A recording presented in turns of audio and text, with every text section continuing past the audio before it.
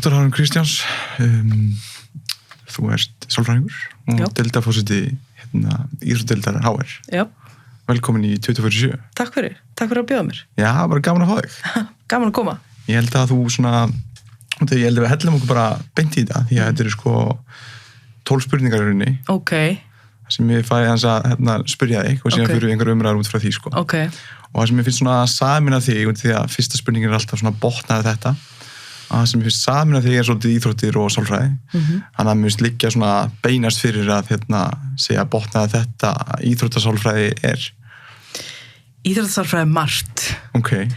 Íþróttasálfræði snýst basically það er kannski tvennt sem er aðal íþróttasálfræði. Að það er að hjálpa íþróttamönnum að verða betri með sálfræðilegum inngripum og skilja hvernig sálfræði hefur áhrif á frammistöðu. Í rauninni að skilja hvernig sálfræði hefur áhrif á frammistöðu.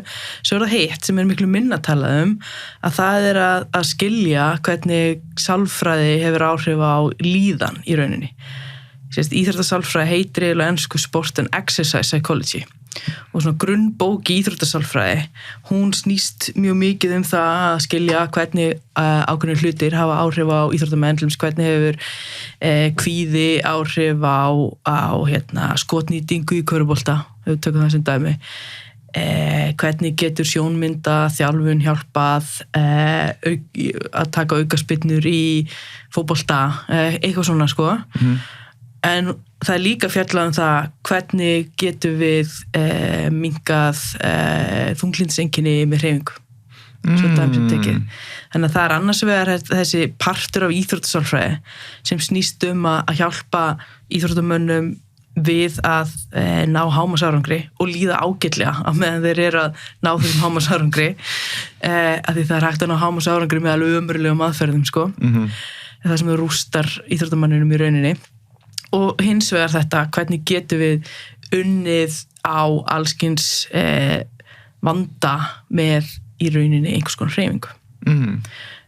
Og það er exercise parturinn af Sport and Exercise Psychology. Sem gleymist aðeins. Sem gleymist oft, er mjög mikilvægur. Hver er þessu, ég vil grípa það hana, hver er þessu umurlega leiðir í átt af árangri? Árangri? Já. Kannur segja að það er bara það er til dæmis að láta íþróttamenn æfa langt umfram það sem eðlilegt getur talist. Það er að nota aðferðir sem við vitum að þú nærð, og sérstaklega með börn og unglinga, að nota aðferðir sem við vitum að verða til þess að þau ná mjög hröðum framförum. En við vitum líka að það gerir mikinn skaða, eða getur gert mikinn skaða, bæði líkamlegan og andlegan skaða til lengri tíma lítið. Og það er í rauninni það er þessi, ég held að flestu höfum einhverja myndir það hvernig fimleikar voru, mögulega ég veit það ekki, þjálfaðir í Kína. Það sem að börn eru bara tekin, þetta er bara svona þrælabúðir. Og það er ömurlegar aðferðir til þess að ná árangri.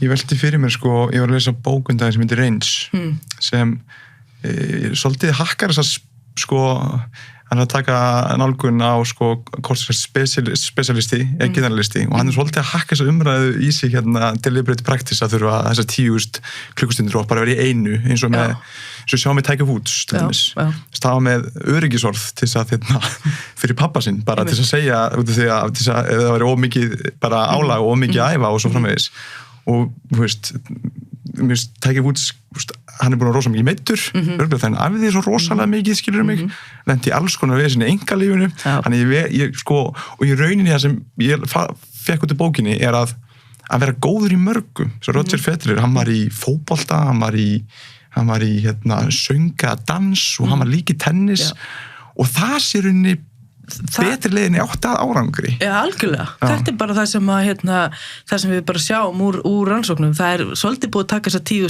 10 klukkutíma kenningu og svolítið rústinni af því að sumir, ná þessum 10.000 og verða góður. Sumir ná þessum 10.000 og verða ekki góður og aðrir eru bara 3.000 Já, svo fyrir eftir gæði klukkutíma kannski. Já, það er svo margt sem spilar inn í.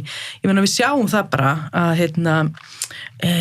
svona early specialization, snembær sérhæfing hjá börnum og unglingum í íþróttum það geta flestir tekið hópa 10 ára krökkum og gert á að Íslandsmeisturum og afburðar, ef þú kannt eitthvað í þeirri íþrótt sem þú ert að þjálfa, að afburðarflokki, ef þú tekur á 10 ára, getur gert það afburða 12 ára, ef þú lætur það í rosalega sérhæfingu og rosalega, þú veist það sem vorst bara að æfa til þess að vera betur og setja kannski kerfi hjá 10 ára eða hvernig sem það sko. Þá eru flestir sem að kunna eitthvað smá í þjálfun geta búið til afburðarflokk þá 12 ára með því að láta það æfa meira og vera sérhæðari. En við vitum það að það er mjög ólíklegt að þessir krakkar nái þá einhverjum árangur seinna. Þeim finnst þetta leiðilegt, álagsmeiðsl, gefast upp, andlega vandamál og svo framvegis.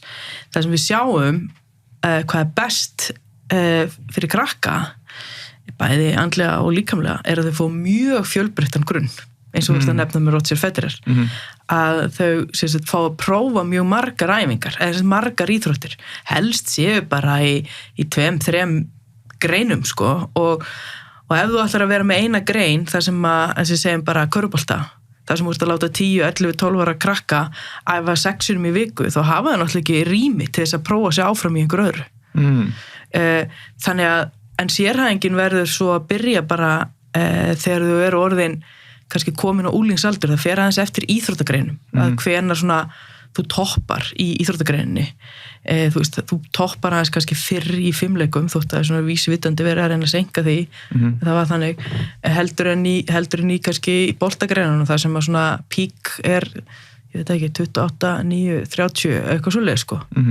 Þannig að eftir því sem að krakkar hafa fjölbreyttari grunn, því betra, og við verðum eiginlega að byggja íþróttakerfið okkar upp þannig að þau hafi tækifæri á því að prófa margar íþróttagreinar þegar þau eru krakkar og finna svo sína fjöl sko. Já, það virðist vera bara betri leið árangri eins og maður, veist, að lesa það, sko, fleiri dæmi það að við sjáum bara eina dæmi með Gylfi Sig, Tiger Woods, þú veist, allt þetta bara sem er bara straight focus sko, sem heillar sko. Við sjáum ekki alla hina. Þú veist, alltaf þegar maður heyrir svona einhverja frasa, sjáum Michael Phelps, hann sagðist, hann bara mætti á hverjum einasta degi eitthvað, þú veist, x ára á æfingu og þegar hann var 10 ára þá sagðist hann alltaf var ólympíumeistari og sjá hvað gerist fyrir hann varð ólympíumeistari, já ok, frábært, en hvað alla hina sem sögðu það líka þegar voru 10 ára, fyrir utan það að Michael Phelps, þetta hefur nú ekki verið auðvelt líf hjá húnum og hann er nú orðin svona sérstakur svona talsmaður fyrir sko mental health. Já, það virðist vera ákveðin sko fyrir þess að toppið þetta menn, við tölum bara virðist vera ákveðin fórnar kostnaður varðandi aðra elementa í lífinu eins og með Jordan þættina. Já. Maður virðist sjá, þú veist, að þetta var væntanlega bara mjög krefjandi fyrir hann að vera svona og kannski ekkert allir í kringum hann, þú veist, hverju fórnar maður fyrir að ná þessum svona elít árangri, skilur mig það er. Alveg ótrúlega miklu sko. Og ég held sko það sem að við sem að erum íþrótta áhugamenn og svo bara sjáum við bara Michael Phelps með bara framan á einhverju Sport Illustrated eitthvað með alla medalíunar, þú veist maður bara geðveikt, hann lifir stjörnu lífinu maður og æðislegt og er með svona mikið spons og peninga og ríkur og eitthvað svona. Við sjáum bara þessi moment sko, en við sjáum ekki sko allan innan gæslappa viðbjóðin sem að, þú veist, leiðir að þessu og í rauninni held ég að það séu afskaplega fáir, bara mjög fáir sem raunverulega myndi vilja leggja allt það á sig sem þarf til þess að komast á þann stað sem að stórstjörnur í íþróttum eru, að því að það er ekki glamúr líf og það er ekki skemmtilegt líf. Gífurlífinar sko. Já, og þú veist, og það er bara þú veist, þú þarft að vera með ákveðin svona element sem eru kannski ekkert endilega eitthvað brjálæðislega holl í lífinu sko, ég meina þetta er svona að þú ert nánast að vera með sko þráhyggju gagnvart íþróttinni. Já. Og en auðvitað bara frábært ef að þeir sem velja það að gera það, ég meina mér finnst aðeinslegt að fylgjast með þessu fólki og ég dáist að því, en ég veit líka að bakvið þetta er margt sem að er ég myndi ekki endilega vilja leggja á mig sko. Sko ég velti fyrir mig hvort að tengist það eitthvað í, þetta er náttúrulega búið að vera umræðinu mikið með hækkum rána. Já. Eru við ekki svolítið á þeim pælingum núna, í áttina þeim kannski? Jú, kannski, þar sem að Ég ekki hrifin af þeim aðferðum sem að gamall vinur minn, Brynjar Karl Sigurðsson, beitir þarna. Ok.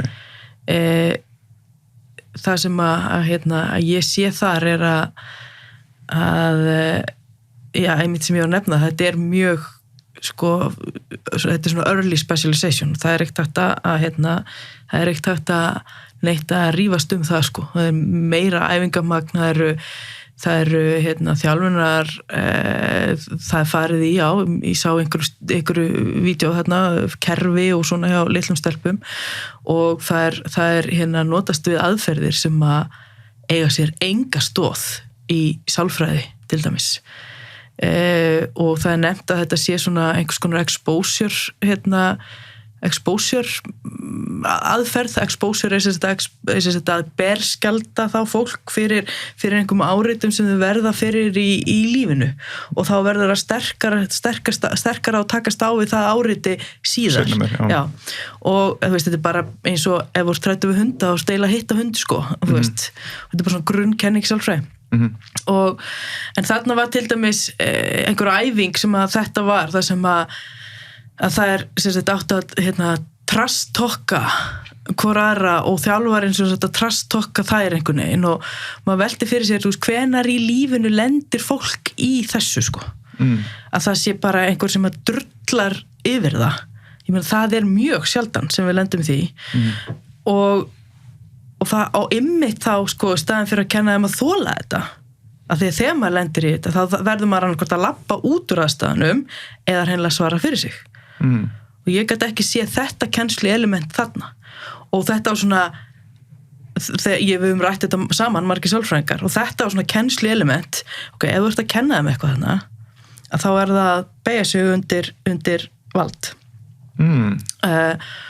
Og ef þetta var exposure fyrir eitthvað, þá ég segi bara, það búið að kenna þessum stelpum hluti að miða við þessa stuttu stiklu, tek það fram, sem bara ekki hjálplegar ef það lenda í sambandi með abusive eiginmanni seinna meir, eða með yfirmanni sem að öskrar á þær eða eitthvað svoleiðis.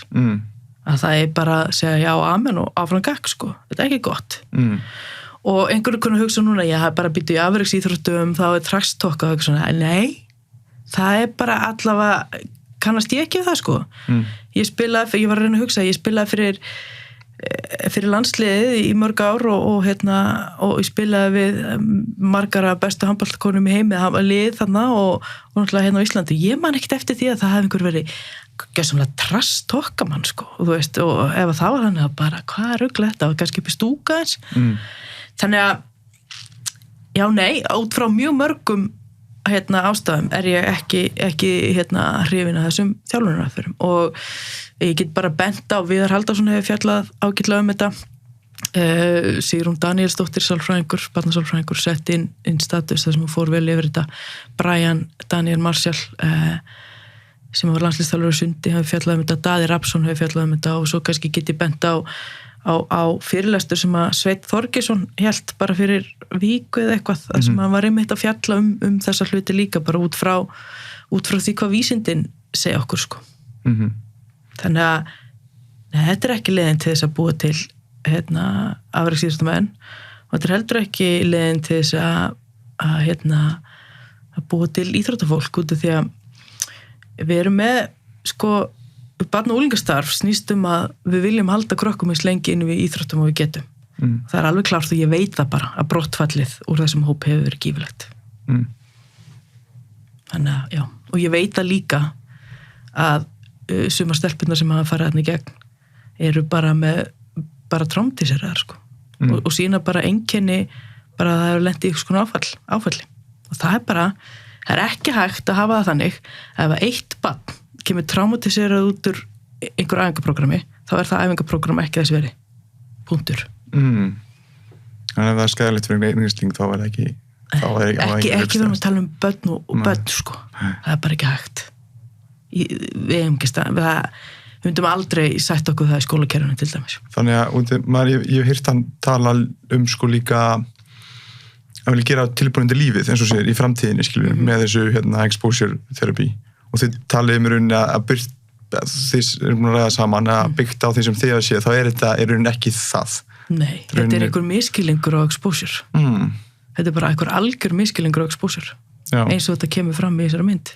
Það bara einhver svona grundvallar miskilningur á það hvað exposure snýst Okay. Síðan náttúrulega það er náttúrulega eitthvað svona... Það er ekkert allt slæmt við þetta, Nei. en þú veist, það sumt af þessu sem séð er bara vont. Já. Það er bara þannig. En ég veit þekkjandi Brynjar, hann er ekkert hann er ekkert að reyna að gera hlutina vonda, sko. Þetta er bara, þessar aðferðir eru ekki, það standast ekkert sem við vitum íþróttasálfræði, barn- og unglingaþjálfun og svona viss. Með málstæðin?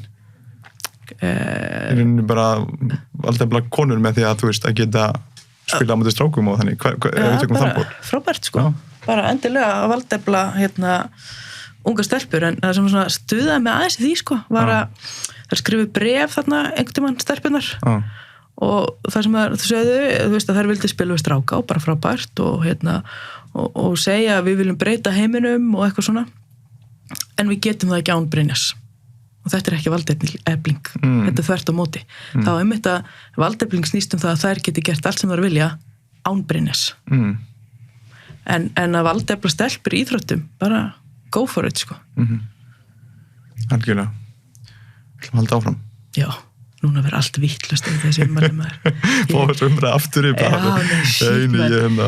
Það er mér svo gaman virðast vera stór umræðefni bara í samfélaginu dag sem svo gaman og ekki gaman stundum fyrir tvo hópa Já. og veist, ég einhvern veginn skil alltaf báða pólana einhvern veginn og mér er svo erfitt að segja þetta er bara svona svo margt sem spilar inn í hvert umræðefni fyrir sig Já, en það, sko, ég hef mætt sjálf á æfingu hjá Brynjar sko, og ég þekki frá 16 ára Já. og hann kann að þjálfa hann kann að kenna sagt, að kasta á körfu og að skjóta á körfu og allt þetta sko ég er bara innilega í hjarta mínu ósammála aðferðunum og ég tel þetta vera slæmt fyrir þær stelpur sem að ílenda og ég get rökstutt það á marga vegu sem ég hef reynt að gera hérna og aðrir sem hafa mikla þekkingu á íþróttaþjálfun og íþróttasálfræði og sálfræði og barnasálfræði og allt þetta eru sammála mér sko. Algjörlega. Hvað miskilur fólk við þig? Hvað fólk til með að halda þig sem er ekki rétt? Ég er alveg sjúklega ómanglug. Ég velt fyrir stundum mér hvort ég sé með einhver svona andlisblindu þannig að og ég ofanlega þá starfaði lengi sem sálfræðingur til dæmis á geðdeildstofu og svona og það er svona regla ef þú hefur verið með fólk í sálfræðimeðferð þá heilsar því ekki að fyrrabræði í kringlunni eða eitthvað út af því að þú veist ef þú hefur verið meðferð hjá mér og þú ert með kærastunni þinni eða eitthvað og ég segi hæ og þú heilsar á móti og þá færi spurningu hver er þetta og þá kannski þarfst að skýra út eitthvað sem þú vilt ekki skýra út þannig að það er svona regla og þannig ég bæði sagt, rosalega ómanglögg ég ætla búin að kenna mjög mikið af fólki og þessi regla þannig að ég heilsa fólki eða bara þekki fólki ekki eða heilsa það ekki og fólki finnst ég þá vera dónaleg og ég er og ég er rosa feimin sko það trúir því enginn, þannig að stundum er ég bara feimin og þetta allt saman fer í það að ég held að sumir halda að ég sé hrokafull og það blandast saman með það líka ég er svona vísindahyggju manneskja sko, ég segi bara, þú getur ekki ósamlega vísindan sko, þetta er bara svona og þannig að já líklega það sko, að ég sé dóni og hrokafull Dóni, hrokafull en þú ert feimin og með andlisblindu og heilsar ekki út af ákveðinni reglu já. Og einmitt, það er eitthvað svoleið sko En Erla Björns, hún var hjá mér daginn hún talaði að hún er með andlisblindu þekkir oft bara ekki manni sinn Herðu, ég og Erla voru saman í doktorsnámi Já, þannig að þið voru bara alltaf að labba fram okkur annarinn og ég veit þetta með Erlu sko, það er mjög fyndið sko, að stundum heilsa henni í einhverjum BH-er eða eitthvað, þá þekkir hún alveg, ég hef lent í því að heilsa henni út á götu og ég sá það bara, hún þekkti mig ekki. En Hálfdán maðurinn hennar þekkti mig. En þetta er rosa óþægilegt, sko. Já. Ég held að hún sé verð stödd en ég í þessu, en þannig að ef ég heilsa ekki, þá bara byrst ég ásökunar. Já. Og það veit fólk það allavega. Ég er farin, sko, í fyrsta skipti gerði það núna þegar ég var að taka á móti fyrsta árinu sem er að koma í íþróttafræðina, þá bara baðist ég fyrirfram ásökunar. Bara, ég gæti lent með ykkur í lyftu og bara ég heilsa ykkur ekki. Bara ekki taka því persónulega. Nei, ég er einhvern veginn akkurat öfugt. Ég byrja alltaf að brosa saman og hæ og ég segi alltaf, og ef ég segi hæ þá bara, ok, hún kannski bara í textinsinu og þekkti mig ekki. En svo er þessi, þú veist, regla hann sem trublar þetta líka aðeins, sko. En sem trublar þetta bara heilmikið, já. Og ég er farin að spyrja hún, veist það, sorry. Mér finnst það svo dónulegt að þegar fólk byrja að tala við mig og ég þekki það ekki og ég er farin að segja bara sorry, ég veit ekki alveg hvað það ert. Grípur það bara fram í já, bara stoppa fólk á. Ég spila með og síðan hugsaði ég bara eftir að bara, hver var þetta? Já, það er rosa óþægilegt, sko. Við gáum það bara að segja ég er ekki alveg að fatta aðstæður hvar sá ég þau? Eðlilegt að þú ert að kenna svona mörgum og hitta svona mörgum. Já, mér finnst það búið leðilegt, en ég held ég sé ekki trókafull, sko. Nei, þannig að þú ert ekki trókafull, en þú ert feiminn og þú, ef þið heilsar einhverjum, þá er ekki á því að þú ert í fílu eða hrókvöld. Nei, það er ekki að ég bara, þessi er bara fyrir neða mína virðingu að svara, þessi er bara fyrsta ári. Þetta er ekki að tala um að þessi er bara fyrsta. Það er ekki þannig, heilsanum á öðru ári. Nei, það er ekki þannig. Gott að koma þessu bara át í open, jú. Já, það er bara klárt. Já. Hvað er á náttborinu hefur? Það eru, ég er sérst B1, þannig ég er með 2 náttborð. Ok. Og öðrum megin er Sonox hátalari sem ég svo ferðast með svona Move hátalari sem ég fer svo með inn á bað þegar ég fyrir sturt á mótnana til ég missi það engu á mótnana í hátinu. Hinum megin eru bækur. Ok, ég meina spurning Sonox tekur bara vaknar og setur beint á okkar lag eða hvað er að tala um? Sko, ég sofna alltaf undir einhverjum podcastum eða eitthvað og stillir bara á að slökkva þegar að þátturinn er búinn, sko. Og bara fyrsta sem ég ger á morgnana er að kveikja útvarpinu. Og ef ég vakna til dæmis 4:00 eða eitthvað nótt og sofna ekki strax eftir, þá kveikja ég útvarpinu. Og hvað stöð stillir á? Hvað það leitast eftir útvarpinu? Ég yfirleitt er ég bara með Rás 2 eða Bylgjuna á morgnana, bara eitthvað tal, sko, bara svona hvað er að frétta, sko. Ég er svona frekar mikill fréttafíkil. Á kvöldin þá er ég yfirleitt annarkvort með hljóðbók eða podcast, reyndar mjög mikið podcast. Og mér finnst það bara þægilegt, sko, að hlusta á eitthvað áður en ég fer að sofa. Ég er bara einhvern veginn, óþægilegt að vera þögn. Veit ekki hvað það er, það hefur alltaf verið þannig. Hafa eitthvað í gangi og svona, þannig að þegar þú ert að kannski elda eða eitthvað, þá hefur alltaf eitthvað í gangi útvarp eða... Það er bara aldrei þögn heima að mér. Nei. Eða nánast aldrei, sko. Og hvers konar, ertu að hlusta eitthvað sérstaklega podcast eftir með eitthvað svona sem... Ég hlusta bara mjög mikið á svona íþróttapodcast, hlustaði mikið á. Þú veist, svona sem er bara að vera að fara yfir, skilur, hvað er að frétta í íþróttunum. Viðtalspodcast, svona eins og þetta podcast, hlustaði á. Svo er svo í ljósi sögunar er ég hlust alltaf, það er skemmtilegt. Svo er eitt podcast sem heitir The Real Science of Sport. Hlusta það er svona vísinda-based sport podcast. Þannig að það er eitthvað svona, sko, sem ég hlusta á. Ertu með bara stakka bókum hinum megin eða? Já. Og ertu með sama vandamáli ég að þú vilt lesa miklu meira heldur en þú hefur tíma fyrir og kaupur, allan ég kaupst bara bækur þó ég eftir að lesa mjög margar sem ég á heima og svo framvegis og síðan er ég bara með, ég held ég með 7 bækur sem ég bara, ég ætla að lesa það einhvern tímann en Já, það er það. Þetta er þetta fíkna, hvað er þetta? Ég veit ekki alveg, þetta er sko, ég bæði með sko, þú veist, svona bara skáldsögur, því mér finnst það bara róandi þægilegt að lesa þannig, sko, og svo er ég líka með, þú veist, svona einhverja öðruvísi bækur, fræðibækur eða einhver svoleiðis. Ég veit ekki alveg hvað þetta er, sko, þú veist, og ég á líka mjög erfitt með hendabókum, það er alveg bara, þannig að mér langar bara í þessa þekkingu, og svo bara hef ég ekki tíma í að lesa þetta alls saman. og svo einhvern veginn finnst mér hljóðbækur sko, mér finnst podcast betri þau enda einhvern tíman og en bækur sko, þess að núna ég að hlusta á Why We Sleep og ég ætla að sofnaði yfir henni ég veit ekki, nú þarf ég eitthvað að skrolla og vesen sko. Það þarf einhvern veginn að tengja þessi podcast þannig að tengja við Apple-úrið og þegar það mælir þessi sofnar, það bara eitthvað búkmark sem slekkur þá að ég bara lendi alltaf í vesen sko. Ég er svo sammála, það er svo mikið upplýsingur úti sem man langar til að vita meir og það er svona mér finnst það jákvætt, það er svona margt sem maður getur skoðað, maður getur alveg bara verið, ég þarf að velja mér, ég ætla að lesa þessa bók eða þetta podcast, maður er svona að vera valbundin á það. Er einhver hvað bók ætla að lesa, er það að hlusta á Why We Sleep? Ég er að hlusta á Why We Sleep og svo er ég líka með sem ég ætlaði nú að lesa jólin en ég lenti allskyns remmingum þá sem snerting eftir Ólaf Jóhann. Hún er líka, þannig að þetta er svona og svo er ég líka með bók sem heitir Mindfulness and Acceptance in Sports Psychology eitthvað svoleiðis sem ég bara svona kynna mér. Ertu hraðlesin, lestu hægt, hvernig aðferð notar mannstu allt sem þú lest?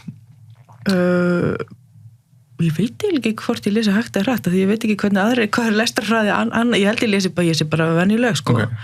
Man ég allt sem ég les? Nei en ég man svona það sem ég finnst áhugavert sko sem ég svona dreif út sko. Mér svo tókstræta sem ég að lesa hraðar þar margt sem ég komast yfir þá finnst mér ekki alveg absorba efnið en ef ég fer hægara best náttúrulega því ég skrifa síðan það sem ég lesa þá einhvern veginn nægi að þannig er ég líka sko en ég er svona ég les svo mikið bara tengslu við vinnunum mín og það er yfirleitt meira svona fyrir rannsóknargreinar og einhverja skýrslur og eitthvað en ég er svona fljót allavega þegar það er eitthvað svona tengi svona einhverju fræðilegum þáttum það er svona fljót að átta mig á hverju aðalatriðin sko allavega það sem ég held að sé aðalatriðin en það hefur gagnast vel ég svona átta mig á heildamyndin allavega og svo er svona mann maður sumt og annað ekki sko ég man best ef það er einhverja dæmisögur í tengslu við það er svona reyni ég alltaf að kenna þannig setja dæmisögur í tengslu við flest hugtök og svolítið. Það er náttúrulega þannig að við munum miklu meira eftir sögum skilur í staðin fyrir einhverjum tölum, það er ógeðslega að muna einhverja tölur eða líka að sé áhugavert að horfa á einhverja tölur en ef við komum sögu í kringu það er einhvern veginn bara Ég tek eftir, ég kendi eitthvað sem heitir íþróttasálfræði IPHR. Kendi mér, já.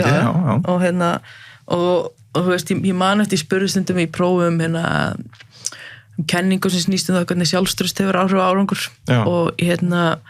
og svona frekar þurru leðileg kenning en svona þannig sé frekar einföld sko en ég tengdi þetta við sögu Colin Jackson sem var grindahlaupari og klúðraði big time ólympíuleikunum í Barcelona og svo líka þú veist self-fulfilling prophecy sem annað hugtak í sálfræði kendi það í gegnum söguna af nú er ég að fara að rögla self-efficacy og það dæmi tengdi það við hann Dísis, hann sem hljóp míluna fyrstur undir undir en ákveðin tíma Shit, ég er búin að segja þessu sögur svo oft en ég sé það bara í prófunum þegar ég spyr þessi hugtök að þá koma sögurnar fram í svörum nefnda og þau ná að tengja út af því og þau muna sögun að því sagan var skemmtileg þannig að Roger Bannister kom hann en það er líka mikilvæg eiginleiki við þú veist það er náttúrulega vísindakona en geta líka þú veist að vera vísindakona en samt líka miðlaði út það er líka ákveðin náttúrulega mikið stór hæfileiki það bara skiptir öllu máli sko, að geta skýrt eða sagt frá sko, vísindunum á mannamáli að því sko, þú veist ég meina ef þú ert ekki þjálfaður upp í að lesa vísindagreinar það var ekkert víst að þú skilir hvað standa það sko. Nei. Þannig að það er eiginlega alveg nöðsilegt sko. Ég held að sé líka letri ég held að sé, það er eitthvað náttúrulega stórmerkildu sögur sko.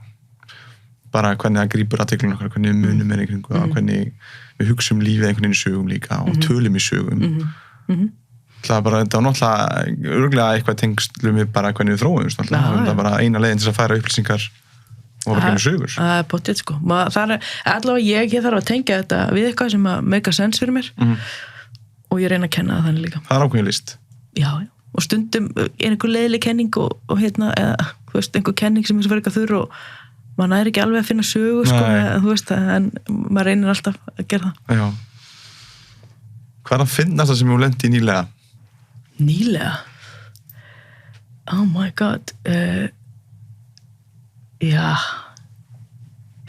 Ég var nú reynda með vinkonum mínum bara fyrsta skuldið, það var allt mjög fyndið þar sko, en það er ekki eiginlega hægt að segja frá Það er margt fyndið sem er gett að segja frá sko. Það er ekkert mjög fyndið sem ég hef lent í nýlega, en það hafa bara verið allskins erfiðleikar sko í kringum mig, en það er margt sem ég hef lent í fyndið en ekki nýlega. Nei. Þótt það hefur örugglega verið eitthvað Það er búið eitthvað. Heilin á mér er einhvern veginn víraður, ekki alveg víraður þar sko, akkurat núna. En ég var hins vegar að skrifa Twitter-fæslu bara í gær. Það var einhver sem setti einhvern þráð, sögur af frægufólki sem þau átti samskipt við og ég setti inn eina sögu sem ég hef að þá, það var reyndar langt síðan sko, en þá var ég Ólympíuleikunum í London, komu 2 konur og ég og Ragnar Ingólfs held ég vorum inn í matsal sent kvöld og koma 2 og segja hei, hæ, eru þið frá Íslandi? Já, og bara vil ég skipta á svona pinnum, það maður er með svona þú veist, svona svona spjald og maður er alltaf með, þú veist, einhver svona pinna og við fáum alveg hellinga Íslandspinnum og ég bara, já, ok, ég alveg klári það og teki Íslandspinnuna og þær láta okkur fá okkur tilbaka og ég segi, já, ok, og við erum að keppa já, það var fyrsti leikar, nei, og eitthvað svona, ok, og hvað, erum búin að keppa þetta ekki svona, þú veist, okkar svona bara alveg, bara að keppendur eða þjálfarar eða eitthvað, svo lít ég á kortið sem voru með Venus og Serena Williams ok, já, þið eru að keppa tennis, já, sko, ég elska Serena Williams sko, þannig að þetta var bara absúrt svo í Ríó 2016 það var ég og Unnur sjúkraþjálfari að labba hana úti kem bara stelpa hei, eru frá Íslandi? Já, vil skipta pinnum? Já, endilega, og hvað segir, þú að keppa? og já, og hvað fyrstuleikar? Nei, 4. held ég hún sagt og já, hennar pinna, það eru systir mín ég held að henni langi mjög mikið, já, ok, ekkert mál, ég eitthvað svona líta á Venus Williams og ég segi, já, hei, ég leti fá við letum þið fá í 2012 já, við mitt, það er rétt tvisur röð klikkaði ég á Williams system. Já, mann, þú reddaði hana að seinna skipti. Já, ég horfði, sá þetta var eftir ég spurt þetta keppa og eitthvað svona. Er ekki, það er talandi andlisblindina, sko. Já, alltaf sé tengsl. Ég var alveg týnd þarna með þessar systur, sko. En samt, sko, þú veist, hef ég hort á allar heimildamindir sem til eru Serenu, sko. Þetta var vandræðalegt. Þetta rifjast upp fyrir mig að því ég var að tvíta myndi gera. Já, þú náttúrulega, það eru alls náttúrulega verið í Ólympíuþorpunum hana og það náttúrulega ég man ekki, ég sagði einhvern tímann að þú hefði brotið regluna með að fá mynd með einhverju með gigs eða eitthvað, hvernig var þetta fyrir? Já, En þú varst ekki að setja reglu og ætlar ekki að hilsa að byrja myndir en brúst hana þegar þú heitir gigs Já, Ryan Giggs, ég sko held með Arsenal en bróðir minn er mikill Man United fan og elskar Ryan Giggs og ég ákvað að vera bólur og maður án ekki að vera trubla þú veist, þetta er alltaf bara fólki í sínu þú veist, svæði, þannig ég fekk eina mynda mér með Ryan Giggs bara til þess að geta sendt bróðum minn. Hvernig er að vera í þessu umhverjana? Þetta er þetta svolítið annar heimur bara? Þetta er alveg ótrúlegt sko. Ólympíuþorpið er frekar lítill staður bara háar blokkir í loftið og ef við myndi giska á hvað, þú veist, það mútu hlaupa hringin í kringu svæðið þetta er ekki 3-4 kilometra sko, þú veist, þetta er ekki stærra, þetta er bara 10-12 blokkir í loftið og þarna búa 20.000 manns þar af 12.000 íþróttamenn bara bestu íþróttamenn í heimi þannig séð sko og inn í Ólympíuþorpið koma sérst eiginlega flestir þjóðhöfðingjar heimsækja sérst sitt íþróttafólk og aðrir frægir og svo er bara matsalur eða svona matartjald í miðunni og þar borða allir þannig að þú ert þarna í mánuð eða 3 vikur eitthvað þú veist að þú sérð bara þú þú hittir bara allt frægasta íþróttafólk í heimi og það rosalega sérstakt sko og líka bara sérðu mjög mikið mjög frægu fólki eins og Elísabet Englandsdrottningu til dæmis í London, hún var þarna og ég bara, það var eiginlega, ég var mest starfströkt að sjá hana. Þannig að þetta bara einhvern veginn svona absúrt að vera að borða morgumat og Usain Bolt bara á næsta borði og svo Michael Phelps þarna og Federer þarna og eitthvað svona sko. Veistu, það verður mjög skrítið sko. Ef maður passa að horfa ekki á mikið eða hvað gerir maður? Já, maður reynir það sko. En svo, þú veist, eftir smá tíma svona einhvern veginn venst þetta. En skrítið það einhvern veginn og svo líka sko sem mér fannst mjög áhugavert að gera hérna bæði í Ólympíuþorpinu í London og Ríó að fara í líkamsræktarsalinn sem við inn í og þar sér maður að árangur í íþróttum fer nú ekki bara eftir eða mörgum íþróttum, fer nú ekki bara eftir sko hvað þú leggum mikla vinnu í það. Það líka bara að þú ert svona bara líkamlegt frík pínlítið sko. Genatíð stundur sko. Þú, ég meina, Michael Phelps til dæmis mjög skrítið vaxinn en hann alveg, þú veist, mjög vel vaxinn til þess að ná hámarksárangri í sundi.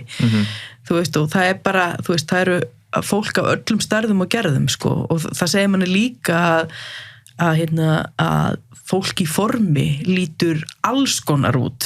Þú veist, þú ert bara með, þú veist, eitthvað sem 2,20 og svo ertu með eitthvað sem 1,30 eða eitthvað sko, fyrirleika stefnirnar og svo ertu með eitthvað sem 150 kíló og svo ertu með eitthvað sem ég veit ekki, 40 kíló eða eitthvað og þú veist, að maður sér alveg bara já, ok, þú veist, það dugar í mjög mörgum íþróttum, dugar bara alls ekkert að æfa sér rosa mikið, þú verður bara að fá eitthvað öfugugjöf líka sko að þetta eru líkamar sem er bara, þú veist, það eins og þeir hafa verið síðan sniðinir fyrir einhver ákveðna íþrótt sko og líka bara sjá hvað fólk maður hann eitthvað að hlaupa brettinu eða eitthvað að lifta sko og svo bara kemur einhver og gerir bara eitthvað sem að, þú veist, liftir einhver eða hoppar eða gerir einhver æfingu sem maður bara, what the fuck sko. Bara hvernig þetta hægt bara. Já, og ég man, þú veist, í London var ég að hlaupa brettinu og synchronized swimming lið Kína var hérna eitthvað að teygja. Bara eiginlega beint fyrir fram mig og svo standaður upp og fara allar einhver svona allar eins að galla og þær voru bara synchronized sko. Þær voru bara, þú veist, mér fannst náttúrulega bara eiginlega allar alveg eins útlítandi en aftur það kannski ekki alveg að marka mig sko með þetta og það bara nákvæmlega jafn háar sko, þannig að þú veist, ég hugsa inntökukritería í synchronized swimming lið Kína að vera akkurat 1,55 eða hvað, þú veist. Það voru líka alveg eins í burðum líka? Já, bara eins. Þær voru synchronized bara. Okay. Þannig að það var mjög áhugavert að sjá þetta. Ákveðin ægi sem fylgir okkur æfingu þar með að vera. Já.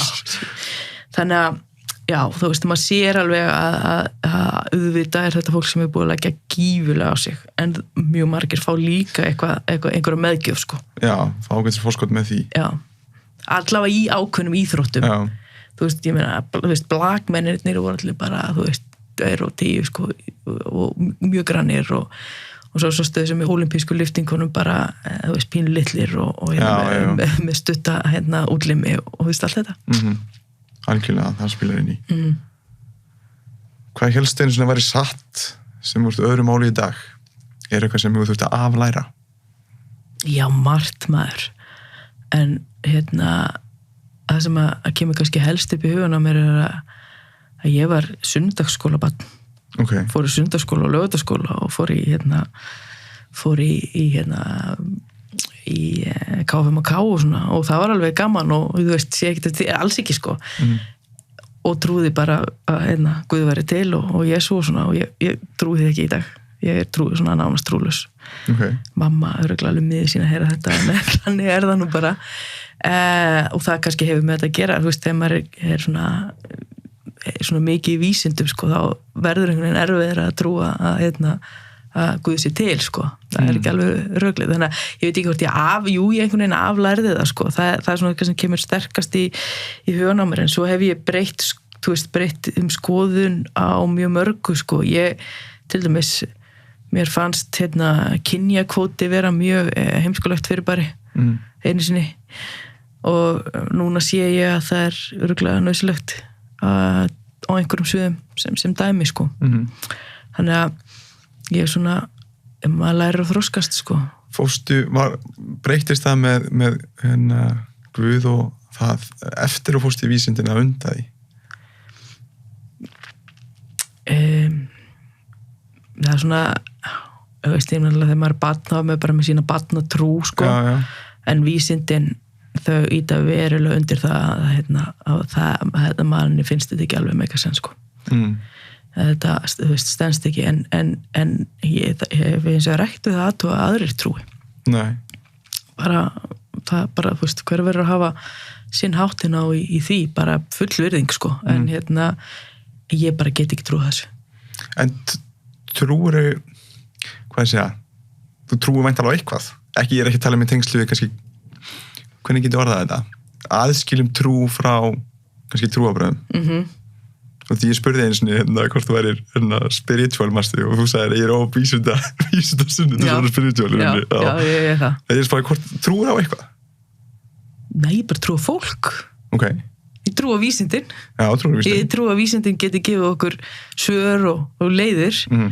Við sjáum það bara mjög vel í COVID, sko. Ef við hefum ekki vísindi þar, hvar værum við þá?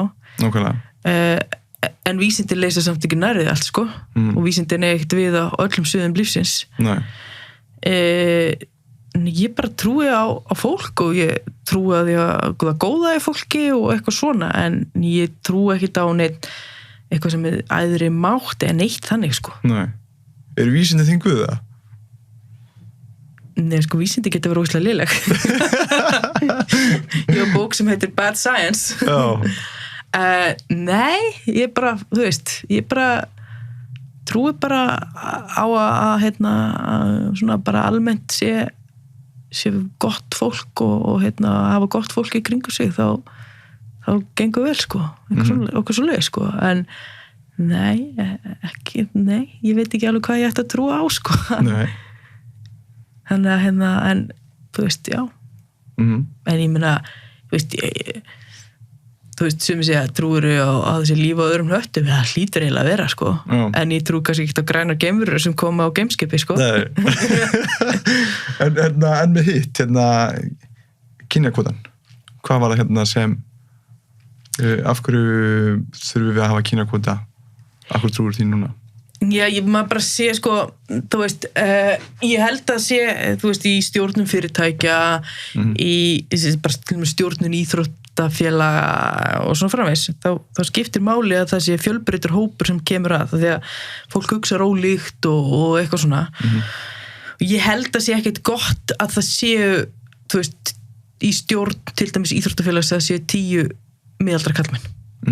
Að því að ég held bara að þótt þeir hugsa alveg pottitt ólíkt, sko, þá hugsa þeir bara kannski aðeins og líkt, þú veist, þeir sjá ekki ákveðna vinkla og svona, og ég held að það sé þá betra að það sé eitthvað svona meiri fjölbreytileiki af fólki, og það hefur ekkert bara kannski með kyn að gera, sko. Og þegar maður sér að þú veist, ég bara trúði því að bara, þú veist, við vöttum bara sko einstaklinginn og bara sá hæfasti eru bara valin og svona, en það er ekkert alveg þannig, og þegar maður sér að, þú veist, 20 árum setna þá bara ennþá, þú veist, hallar verulega á konur, og við vitum að það er ekki menntun sem skýrir það, við vitum að það er ekki gáfur sem skýrir það, og svo framvegis. Það var svo ég sem grímur frá mér að ég var að hlusta í gær að Grímur á Geðhjálp, hann tala kjánakurvuna í rauninni út af því að, þú veist, hlutfallið náttúrulega í háskóla er 70-30, en samt er hlutfallið sem stangast þvert á við það í stjórnunarstöðum. Já, og þú veist, það meikar ekki alveg sens, sko, og það þarf þá kannski aðeins að ýta að mista kosti undir það. Ég er ekkert endilega hrifin að kynjakvotum, þú veist, í prófkjörum hjá stjórnmálaflokkum eða neitt svona, sko, þú veist, og ég er ekki einhver harður talsmaður kynjakvota, en ég er allavega farin að átta mig á því að kannski hafði ég rétt fyrir mér að það þyrfti alls ekki. Já. Þú veist, það er svona eitt dæmi, sko. Já, maður hugsa bara röggreitt að maður hefur, bara, við tölum bara út frá einstaklinga, við höfum einstakling sem hefur bara mismunandi sjónarhorn á lífið, með mismunandi reynslu, mismunandi hæfni, þá væntanlega myndi ég halda að úr að vinna í heild, að það sé gott að hafa mismunandi skoðanir. Þetta snýst bara það, sko.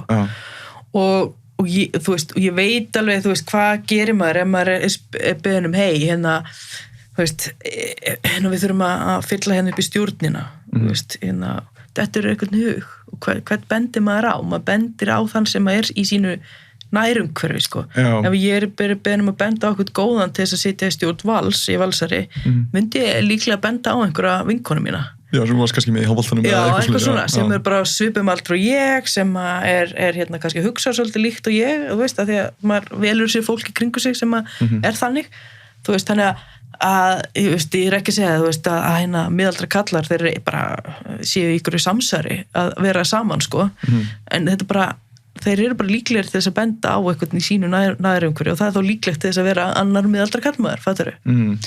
Og þess vegna held ég að sé ágætt að reyna svona allavega að stuðla því að það sé mismunandi típur af fólki sem stjórna, hvort sem það er í íþróttafélögum, í fyrirtækjum, í skólakerfinu eða hvað sem er, sko. Þannig að þetta er bara svona eitt dæmi, sko. Það er örugglega mjög margt annað sem að maður er alltaf afalegri eitthvað maður. Já. Alltaf. Ef maður er ég mjög finnst það beautiful að geta aflært, sko. Ég var voða svona þú veist, ég bloggaði, sko, þegar ég var yngri. Þá var ég svona svolítið róttæk, sko, og svolítið, hlutinni voru svolítið svart-hvítir, sko, hjá mér, en núna er komið fleiri grásvæði, skulle ég segja. Ég held að það gerist reyndar með bara aldrei og reynslu. Já, það er svolítið svolítið. Verður maður ekki vera þannig? Þannig er opið fyrir öllu, einhvern veginn, skilur, eftir að skoða alla póla og svona. Það er vera fastur af einhverju einu. Já. Og það hlutirnir eru nú sjaldnast svartir og hvítir. Lífið er svolítið flokknari það. Þó veigum að til svolítið að setja allt eða ekkert. Já, það er auðveldara. Já, flokkar þetta svona eins og hálf. Og talandi hækkum ranna, þú veist, það var svolítið þannig, sko, og það er svolítið leiðilegt þegar að umræðan fyrir það, sko. Já, því eins og þú segir sjálfa, það er margt gott líka sem hann gerir og eitthvað sem fólk til slæmt og svo framvegis, sko, og mér finnst það að vera í öllum umræðum, ég einhvern veginn er komið þangað, ég bara skil allt, sko. En ég er ekki nú ánægður, ekki nógu, kannski þarf ég ekki að vera með skoðun, en ég er ekki nógu, sko, að gefa mér bara virkilega skoðun hvað ég hef á þessu. Heldur ég einhvern veginn bara svona, geti skilað allt og ég veit ekki hvort að maður þurfi alltaf að vera með skoðun eða eitthvað svoleiðis. Nei, það er nú eitthvað, ég hef alls ekki skoðun öllu, bara enga veginn, sko. Nei. Og að því að bara stundum þá bara hef ég ekki forsendur til þess að mynda mér skoðun á hlutunum, sko. Það er svo að gefa svo mikið tími, það er svo margar breytur sem spila inn í og ég bara hef kannski ekki alveg þekkingu á hlutunum. Nei, nákvæmlega.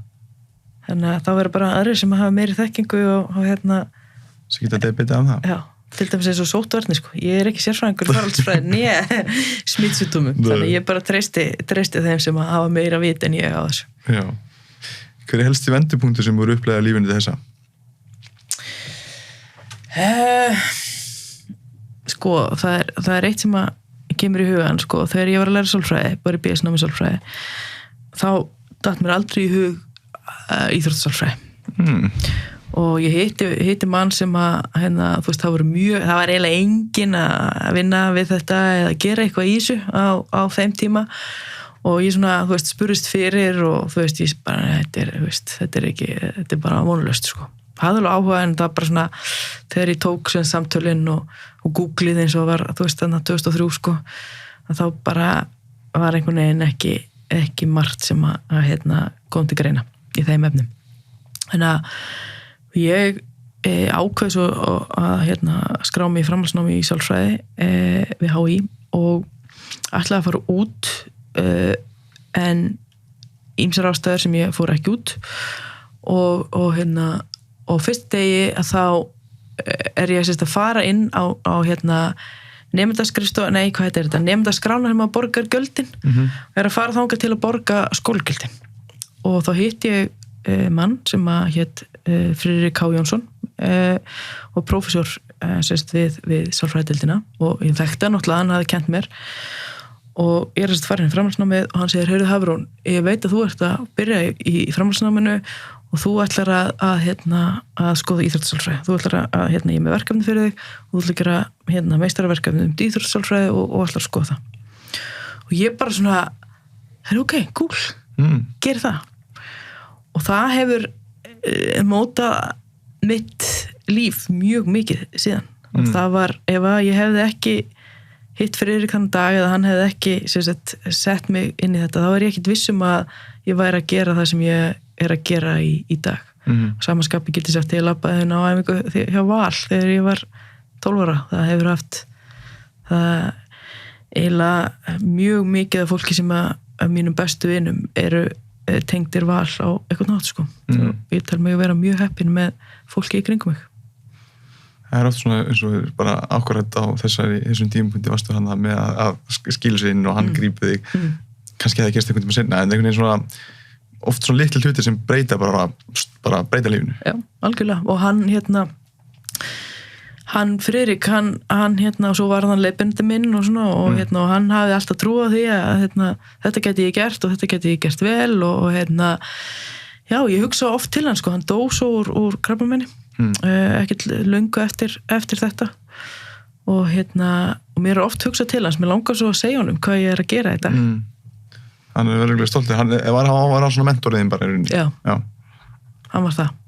Svona í gegnum skóla og svo eru svona aðri sem hafa komið eftir það sko en já, ég hefði alveg viljað segja honum hvað ég var að gera og hafa hann með mér í einhverjum rannsóknum og svona. Algjörlega. Hver er uppáhalds tilvitnunin þín? Af hverju? Tilvitnunin? Já.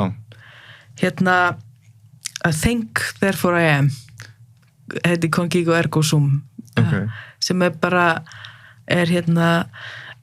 bara, þú veist, það sem að gera mig að því sem ég að ég hugsa þú veist, ég til að því að hugsa og þá þarf ég að reyna að nota hugsununum mína til þess að komast að einhverju niðurstöðu sem er skynsamleg. Þetta úr heimspeki sko. Ég finnst þetta áður. Ég held að þetta sé á Facebookinu minni sko, sem uppáhalds tilvitnun. Ég er svona típa sko, sem að ég er alltaf leiðinni Lóa Hlín Hjálmtýsdóttir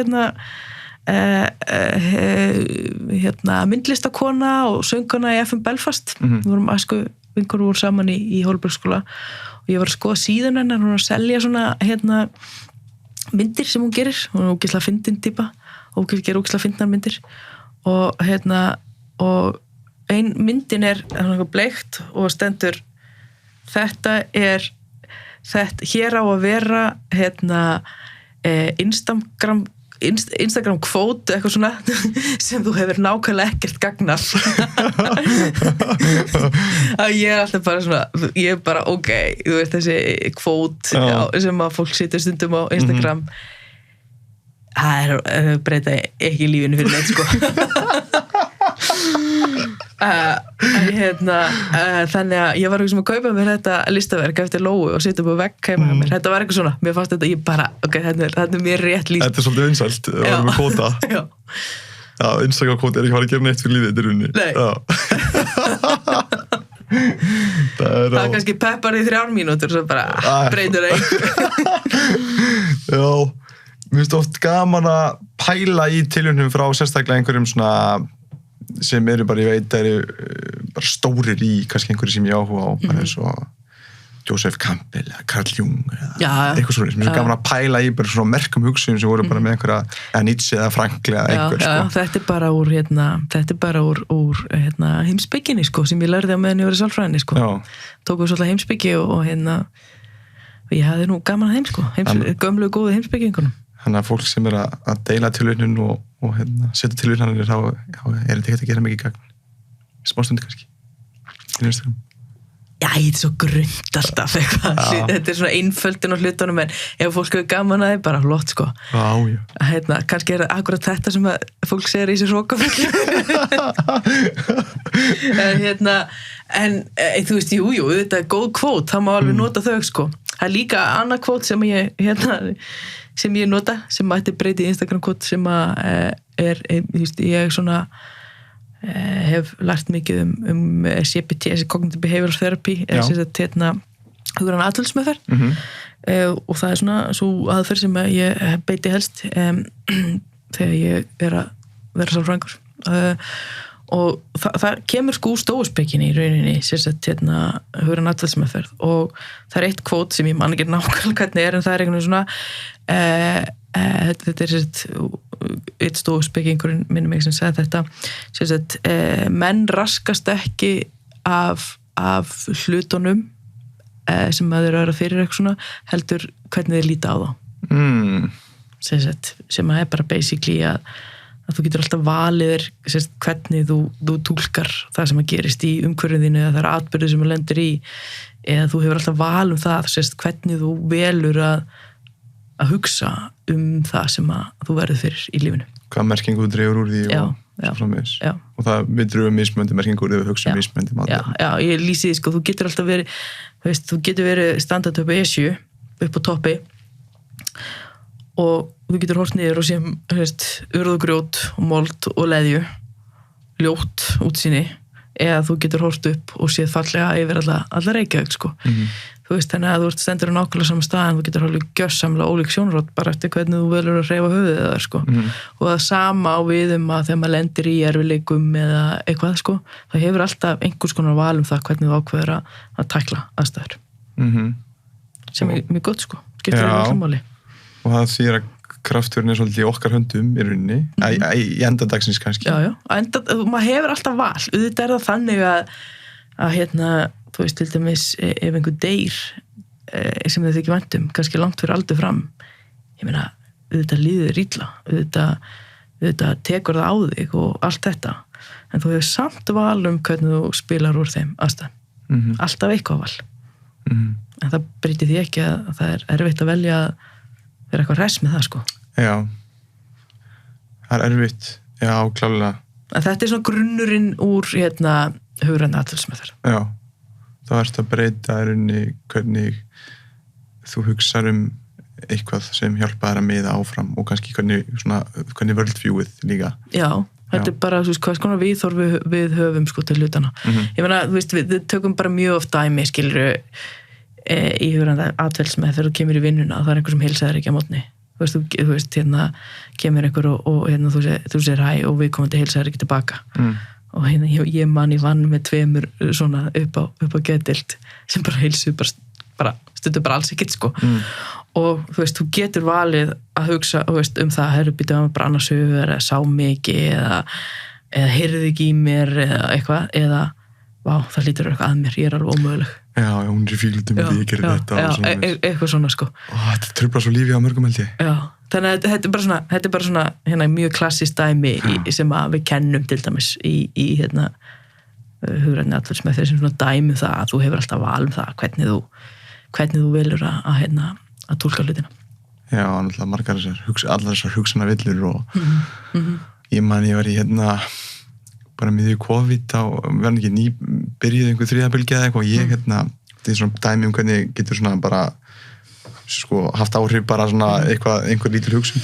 Ég er að taka æfingu með Björli í stofunni og Hildur kemur heim eða vaknar held ég og hún svona hreytir einhver í mig, ég held svona byrjaði ég að æfa í stofunni og svona sem stofan er bara hliðin á matarabúðinu og ég skil hann alveg og hún sagði eitthvað og ég var alla æfinguna var ég bara, djúftir, anskotin var ég er ekki nú erfitt fyrir mig að peppa mig að fara æfinguna þá var hún bara kvartið í stofunni og ég segi þetta fyrir eftir og ég bara losnaði ekki við þetta yfir æfinguna svo ég kom inn og sagði, Hildur, ég er ekki alveg sáttu með það þú veist, ég er að peppa mig að taka æfingu og þú segir og drullar eitthvað yfir mig fyrir að vera æfingu í stofunni ég var nú bara að grínast. Já, ég mynd. Ég fór svona, öllra það sem ég var búin að búa til, bara farin. Já. Og það getur vel líka verið að þú hefur bara ekki sagt þetta og þetta er bara magnast upp bara, þú veist, og bara, herru, Jesus maður, hún bara er læta með mér. Bara, hún er farin að heita annar mann. Þetta er svo mikið bullsögun sem er búin til, já. Það getur verið svona. Þannig að þetta er kannski það eiginlega uppáhaldskvotið mitt þú heyrir hvað ég lítil kvotamannski ég man ekki svona nákvæmlega hvernig það er en þetta er ofta komið 2 kvot, þú getur byrjað með kvot Instagram en mörg kvot er alveg ágætt Hvaða nýja trú, venja eða hegðun hefur bætt lífið hvað mest undanfarin ár? Já, vá maður, þetta er eitt sem ég hef breytt að ég passa mig að sofa ég set svefn í forgang og ég mæti þá bara klukkan 10 vinnuna ef þú veist, ef ég þarf ekki að mæta á fundi skilur og bara vinn þá bara hans lengur þú veist, bara að ég reyni hvað ég get að ná 8 tíma svefni þú veist, maður hefur ekki alltaf alveg stjórnaði en ég held að það hafi hjálpað mér mjög mikið og bara, þú veist, út frá allskyns hlutum sko, bara gott að sofa sko. Hvernig sástu, hvað varstu að sofa marga tíma áður? Ég veit það ekki alveg sko, því að ég fór bara, þú veist, á sama tíma ég fór að setja svefni í forgang, þá fór ég virkilega pæli, en ég átti það alveg til að vera vakandi til 2 og vera bara svo vakna klukkan 7:30 eitthvað svoleið sko, þú veist, og það er bara, ég finn það bara, það er sérstaklega eftir sem eldist, ég þarf bara allavega alls ekki minna 7 tíma sko, þá er ég bara leiðileg og þreytt sko, þannig að það hefur held ég hjálpað mér ansi mikið að gera það í þessu COVID-öllu og þá líka komst ég að því að og reyndar líka þegar ég bjó út í New York í smá tíma að sko hreyfing þarf ekki að vera blóðbragð í munni langur göngutúr getur alveg verið jafn gott og það hamast rosa mikið í 40 mínútur sko og ég sá það líka þegar ég byrjaði að spila golf sko, hvað hreyfing bara á lágu tempói yfir lengri tíma getur verið góð, þannig að ég hef aukið það að fara í göngutúra með án gólfkylfu Þetta svona, ég lærði þetta líka á síðustu 2-3 árum eða eitthvað, eftir podcast heldur ég Gísla Martin, það var að tala um að labba af þetta allt og ég bara svona, en það er munur á æfingu og hreyfingu í rauninni mér er bara svona göngutúra bara eitthvað nýtt element sem bara ég labbaði svo rosa mikið þegar ég bjó hana í nokkra mánuði inn á Manhattan og þú veist að það er bara rosa gaman að labba á Manhattan og þannig ég var að labba mjög mikið og ég fann bara hvað það hefði góð áhrif á bara mig bara líkamlega og andlega þannig ég læri það sko að þetta getur verið góð hreyfing ekki þú veist ég vissi það svo sem aldrei en alltaf að það verið gott að ganga en það er einhver máttur í að labba sko og svo fannst mér ennþá skemmtilega að labba með gólfkylfu en ég mætti samt alveg gera meira að því sko að labba ég bara kann rosa vel við það sko líka ánægði með sko viðdókningar sem hefur orðið á svepp sko, það var alltaf, þú veist ákveðin digð að sofa lítið og því á svo margt sem hægt að gera og afkastum ekki og svona, en í rauninni afkastunum minna og séu minna því að þú mynd lenda á hverju vegg og þannig að sofa, að setja það í priority er auðvitað besta sem þú getur gert varðandi að vera meira efficient í því sem þú gerir. Ég er svo líka heppin, sko Erla Björns var á sama tíma ég í doktorsnámi og við vorum sama leiðbeinanda þannig að þú veist, þá var stundum einhver svona fundir þar sem við vorum að fara yfir það sem við vorum að gera sko þannig að ég hef alltaf vitað því sem hún er að gera og teki mark á því, hún er frábær vísindamaður og kann að koma hlutunum frá sér sko sem er eins og við tölum að kostur svo vinn ég náttúrulega upp í HR og vinn helling með henni Ernu Sif Arnardóttir sem var að fá 2 milljarða króna styrk í svefnrannsóknir og náttúrulega hef oft talað við hana svefn sko og við erum til að gera saman núna erum við 2 meistarnema saman sem við erum að skoða svefn í íþróttamönnum og áhrif á heilsu og svona þannig að, þú veist, þannig ég er svo heppin að ég hef verið innan það konur sem að vita mjög mikið svefn, þannig að það hefur alveg held ég haft áhrif á mig sko þannig að kannski þetta tvennt og svo er ég örugglega eitthvað svo kannski hef ég lært það mjög mikið á þessu ári sérstaklega, ekki það, þetta er líka annars svona ég hef alltaf vita sko hversu miklu máli skiptir að rækta samband við vin og fjölskyldu því þegar eitthvað bjátar á og þá er það fólki sem grípur þig sko þannig að og ég reyna að passa, ég hef svo sem alltaf reynt að gera það en ég veit að svona ekstra mikið núna að það er það sem að hegðun sem ég mun stunda að rækta vini mína og fjölskyldana mína maður þarf sko þess að auðvitað að þau bíða bara hliðalínu og þú það svo þau bíða þeirra ekki sko að þú veist fattar mig svo fólk, þú veist, vex í sundur sko, það er ekki samband við þetta, þú veist, á ég æsku vini sem ég heyri mjög sjaldan í, en það er alltaf rosa gaman að hitta en það eru svona þegar koma svona stóra áföll þá sér maður að það er að góður vinir, sterkir vinahópar og náttúrulega fjölskylda er mjög mikilvægt þannig að það er eitthvað sem að ég hef alltaf gert en geri enn meira núna það er bara fólki eins sko leiðalt og það ef maður venst í eða þú veist, ef maður sinnur þessi ekki þá þetta bara... Og kannski eitt í viðbútt Já. sem kemur út frá kennslunum minni, það áttam á því hvað ég hef stjórn á og hvað ég hef ekki stjórn á og ef ég hef ekki stjórn á einhverju að láta það ekki pyrra mig mjög mikið að því, þú veist, ég get ekki eitt orkunum minn eins og COVID, sko, það hjálpaði mig mikið COVID þessar fréttir í dag þessi smit, sko, þú veist, náttúrulega langar að garga, sko, að þetta sé að fara í enn eina bylgjuna mögulega og með öllum þeim áhrifum það sem það hefur skólastarf og bara líf mitt og allra, sko að þá hef ég ekki stjórn á þessu nema bara, þú veist, og það þýðir ekki að pæla í þessu og það verður maður að vera svona eitthvað ákveð æðrileysi, sko, ef maður átt að sjá því hvað hefur stjórn á, hvað hefur ekki stjórn á og fókusar bara það sem þú stjórn á. Þetta hef ég tilengað mér svona síðustu 7-8 ár. Ég er æðruleysari og svona fyrir vikið, sko, og svona kannski yfirvegari. Ég man, þú varst að kenna mig þessu orðið, sko. Og líka held ég á, bara þetta virkar, þetta er svo einfalt svo einfalt en hagnýtt ráð bara út í lífið, sko. Bara, ok, hef ég stjórn á þessu? Nei. Ok, get ég gert eitthvað í þessu? Nei. Ok, hverju hef ég stjórn á? Hvað get ég gert? Já, ég get stjórn á því að ég spritta mér hendurnar og passa smita ekki með pappa og eitthvað. Þá bara fókus ég á það. Hætti, þú veist, ef maður verður svo sjúklega pirraður ef maður er að velta sér upp á hlutum sem maður hefur ekki stjórn á. Það tengist kannski inn á sem hún tala um áðan að velja sér merkingu í einhverju eða þú veist að hugsa ákveðum á þetta. Já. Ég er búin að svolítið hlaka til að spyrja þessar spurningu því að sko þetta er semst ímyndaði þér að það var ekki hægt að dæma og myndi segja frá einni skoðun sem gæti túlkuð sem óvinsal öðrum. Hver væri svo óvinsal skoðun því að þú hefur randar stundum á Facebook, sé ég. Já, 4 sem ári. 4 sem ári? Ok. Það 2 eða 3 eitthvað. Það kemur einstakar sinni fyrir. Þegar mér ofbýður, þá randa ég. Ok. En ég held að svona, hver væri svo óvinsal skoðun hjá þér? Það var einhver svona, var ekki hægt að dæma. Ég er vísindahyggjumanniska, eins og ég nefnt. Og ég veit að þetta er ekkert óvinsal skoðun á öllum, en hún er óvinsal að örugglega fullt af fólki, sko. Okay. Og ég hef alveg fundið fyrir því þegar ég ranta, sko, það kom einhverju bara, hvað þykist þessi vita? Helviti sem mentar hrokin alltaf. Að ég bara hef rosa lítið tolerans fyrir humbúki. Humbúki, þvælu.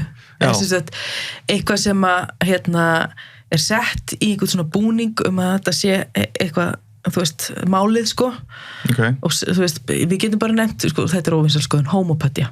Okay. Það er engar rannsókn sem styðja það að homopatía virki. Hvað er homopatía? Homopatía, smáskammtalækningar. Þú veist, svona, þú getur farið til einhverja svona homopatíu þerapista. Okay. Og það er bara ekki til rannsóknir og ef maður tekur saman rannsóknir, það bara er ekkert sem bendir til þess að homopatía virki. Okay. Umfram placebo áhrif, af því að við svo erum alltaf með placebo lífleysu áhrif sem að það er alltaf einhver virkna þeim. Og ég bara þú veist, þegar ég ranta þá snýst það yfirleitt það þegar fólk er að selja eða segjast hafa lausnir á einhverju, sérstaklega gagnvart fólki sem að er í viðkvæmri stöðu eins og fólk sem er lent í áföllum eða eitthvað svoleiðis og það er ekkert á bakviða og vísindin hafa kannski sýnt fram á það að þetta er bara þvæla eða vísindin hafa ekki sýnt fram á að það virki neitt, sko. Og það fer í mig, sko, þegar að ég meina, ég fór í Kastljós gagnvart Öldu Karen, sko, það var óvinsælt allavega hjá einhverjum, það sem að hún segir, það er bara, ef þú segir bara að þú ert nóg, sko, þá getum við minnkað sjálfsvík, en þetta er bara ekki rétt og það er bara ekkert sem bendir til þess að það að standa fyrir fram að spegil eða segja við sjálfum sér nóg oft ég er nóg, að þá bara drepi fólk sig ekki, það er bara ekki þannig. Og þetta er bara verið svolítið að, þú veist, að segja, heyrðu, ég get komið í veg fyrir sjálfsvík með því að segja ef fólk segir ég er nóg og hlustar á mig, að þá drepur það sig ekki. Hvernig árið það? Ef fólk hefur ekki þekking og menntun til að díla við svona hluti, þá á það ekki að vera að selja sig til þess að gera það. Og þá segir fólk, ok, þetta er bara mentaroki eitthvað. Já, sko, þú verður að hafa ákveðina, hvað myndi fólk segja að veri menntarhroki ef að myndi segja, heyrðu, það eiginlega bara rafvirki eða raftæknifræðingur eða hvað heitir, sem að getur tengt aðalvírin inn í rarik. Og ef ég myndi segja, heyrðu, ég búin að horfa á rosalega mikið svona raf YouTube-vídeóum, ég skal gera þetta. Það myndi alltaf segja bara, nei, heyrðu, það gengur ekki, sko. Er það þá rafvirki sem menntarhroka? Nei. Hann bara kann þetta, þú þarft að kunna ákveðna hluti.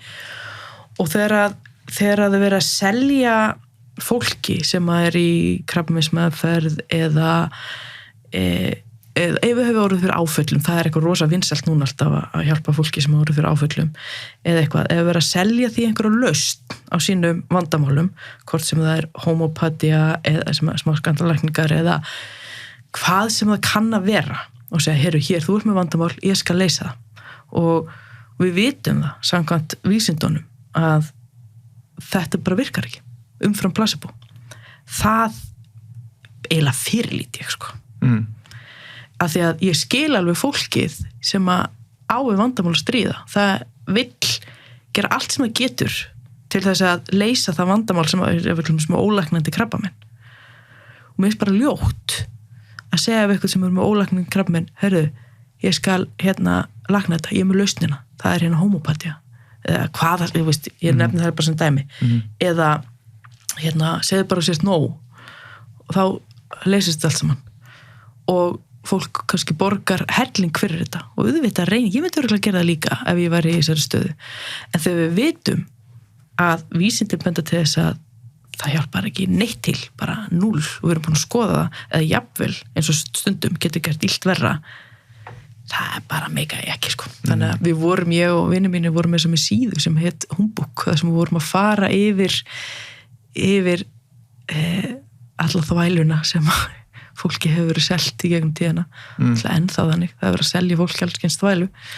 En er það ekki bara aukast í rauninni? Jú, mér finnst það. Það eru og það sem þetta er mjög oft, sko, þetta er svona einhver shortcut að maður sér þetta oft, sko, hvað er Humbúk og það er mjög oft þegar mjög flókinu vandamál, til dæmis eins og sjálfsvíg eru einfölduð niður í eitthvað basic og þá ertu bara að koma með einfalda lausn og hlutinir eru bara einfaldir, það er bara svona quick fix bara ef þú gerir svona að þá lagast þetta og svona almenn reglan er eitthvað too good to be true, það er það líklega, sko þannig að það er svona sko rantinn mitt upp á síkast hafa mjög mikið snúist að því að einhverju hluta vegna er einhver sprengingi fólki sem vil hjálpa fólki með áfallsstreituröskun eða vorið fyrir áfalli og það er mjög, sko ég er klínískur sálfræðingur og vann á geðdeildinni í lengri tíma þannig að ég vann með fólki með mjög alvarleg vandamál geðræn vandamál. Ég myndi ekki treysta mér í því að veita áfallastreitu meðferð, af því það er mjög sérhæfð meðferð sem þú þarft að hafa mikla þjálfun í og því ef þú gerir þetta ekki rétt þá getur þú gert illt verra og þú vilt það ekki. Það er allavega alltaf svona regla númer 1, do no harm. Svo sé ég fólk sem ég veit og við vitum líka hvaða meðferð virkar gegn áfallastreituröskun. Það er fyrst og fremst CBT, þessi hugræn atferlismeðferð og það er svona 2 grunnleiðir í því og svo meðferð sem er EMDR sem er náskyld hugræni atferlismeðferð. Við vitum bara samkvæmt rannsóknum, þetta tvennt er það sem það er meðferð sem virka og svo geta lyfjameðferð hjálpa líka.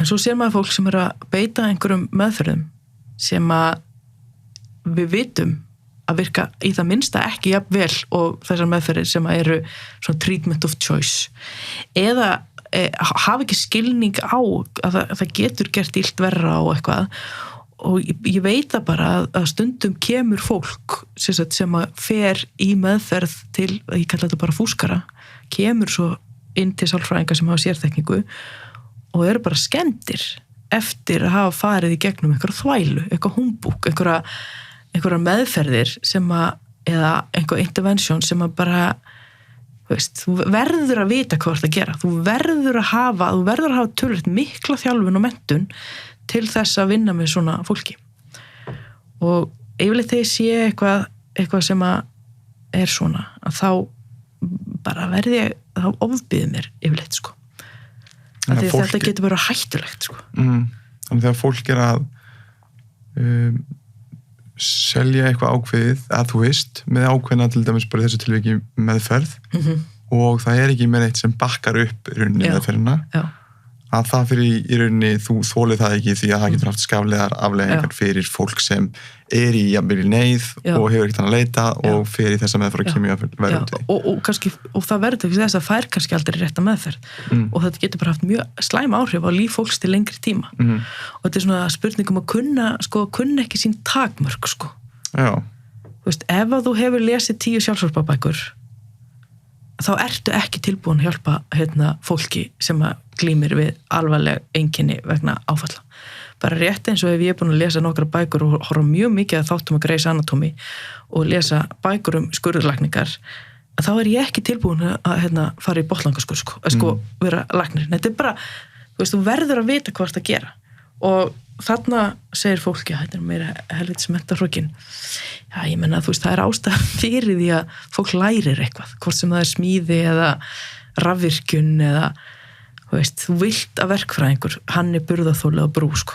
En það er mér ekki að segja, fólk getur hjálpa fólki sko. Það er alveg til fólk sem hefur lesið mikið af sjálfshjálparbókum og eitthvað svona, og það getur alveg hjálpað einhverjum sko. Ég er ekki að segja það, en svona þegar að kemur að svona málefnum þá er ég ekki hrifin að þessu. Ég hef bara alls ekki hrifin að þessu, ég er nóg fyrir bara hérna hjá henni Öldukaren, að því að ég vann við það að meta sjálfsvísagt hjá fólki, ég vann við að vera með fólki meðferð sem hafði reynt sjálfsvíg eða eitthvað svoleiðis og ég veit að þetta er mjög, mjög flókið og það er ekki fólk sem fremur sjálfsvíg er ekki með eitthvað eitt sameiginlegt.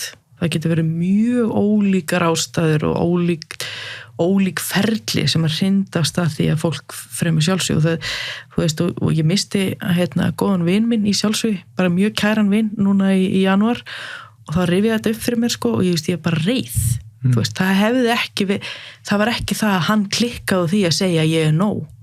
Ef ég hefði bara mynd hann á ég segði bara ég er nóg, þá væri þetta alltaf leið. Það er ekki þannig. Og þetta er ekki hjálplegt.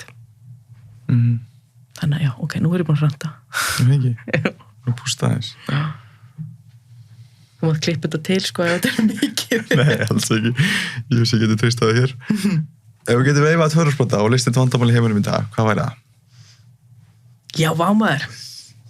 Fyrsta sem er dettur í hug er náttúrulega COVID. Ok. En líklega myndi, þú veist að því það leysist held ég, vísindin leysa það. En ætli að væri ekki fátækt og misskipting sem ég myndi, sem að fyrir nú svolítið saman sko. Ég myndi ekki reyna að leysa það sko. Fór til Kenya í